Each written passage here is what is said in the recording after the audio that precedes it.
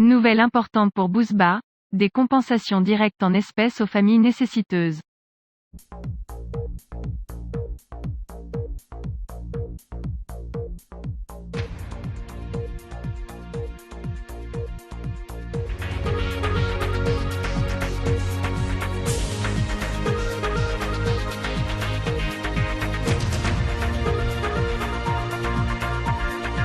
Le projet de loi de finances consacre un système national d'indemnisation en espèces au profit des familles éligibles, qui est appliqué après révision et ajustement des prix des produits subventionnés.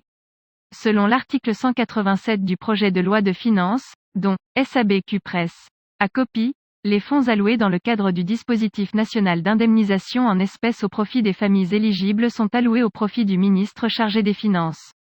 Les modalités de mise en œuvre de cet article sont déterminées par les textes réglementaires, notamment la liste des produits subventionnés concernés par les révisions de prix, les catégories de familles ciblées, les critères de qualification pour bénéficier de cette compensation, ainsi que les modalités de transfert en espèces. Selon la présentation des motifs de l'article, l'État algérien a assuré, à travers sa politique sociale, la protection du pouvoir d'achat des classes sociales nécessiteuses, pauvres et vulnérables, ainsi que pour les classes moyennes, et ce à travers plusieurs dispositifs de publicité directe et indirecte, soutien des prix, allègements fiscaux, réduction des taux d'intérêt. Cependant, l'expérience acquise a montré que la majorité de ces dispositifs généralisés sont injustes, étant donné qu'ils servent principalement les classes socialement aisées. Dès lors, et afin de passer de dispositifs d'accompagnement généralisé vers un dispositif d'accompagnement orienté au profit des familles nécessiteuses, assurant ainsi la justice sociale d'une part, et répondant aux préoccupations de la classe politique, notamment des députés, d'autre part, cet article a été proposé dans la loi de finances pour mettre en place une filière de subvention de l'État au profit des familles à bas et moyens revenus.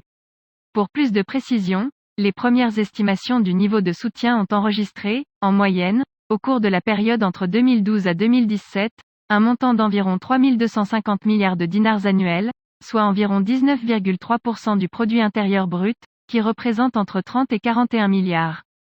dollars, en fonction de l'évolution des taux de change. Selon les mêmes estimations, les subventions indirectes, constituées principalement de subventions énergétiques et de subventions fiscales, représentent environ 80% du total des subventions, tandis que les subventions directes représentent un cinquième du total des subventions, notamment la subvention des prix de l'alimentation et du logement. Ce dispositif permettra, au niveau budgétaire, de contrôler les crédits alloués annuellement au titre de diverses formes de subventions et de compensations, pain, farine, lait, huile, électricité, gaz et eau. Ainsi que de contribuer à la réduction des phénomènes de gaspillage et de consommation excessive, qui se sont traduits par une augmentation des dépenses publiques, qui constitue une lourde charge pour le budget de l'État.